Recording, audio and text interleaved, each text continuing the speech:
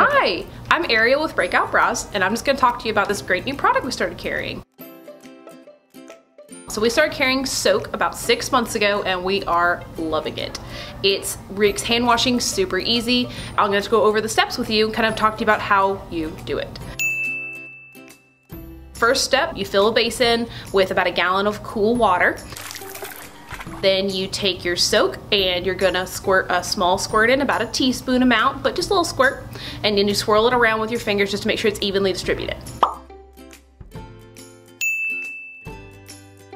Then you're going to place your bra or garment into the Soak, kind of swirl it around, make sure it's completely saturated. We do recommend with brand new bras that have not been washed yet, wash them by themselves because you don't want the colors to bleed into each other. We've already washed these bras once before, so that's why they're all together, you know, as a big family.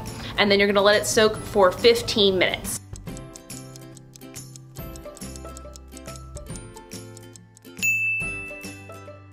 They do recommend with lingerie that you do rinse it out after you've washed it, even though it is a no rinse wash, just so it gets all of the excess sweat out of the bra, which, you know, we all want that to happen.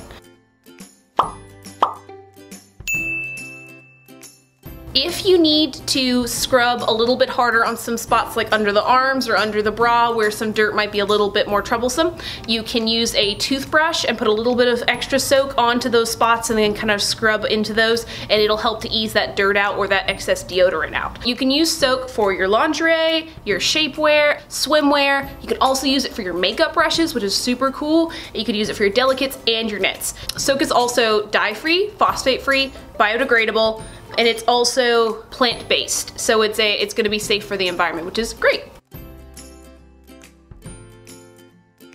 Like all the excess sweat and like oils that are on our body. I don't know if I should talk about that, that's kind of gross.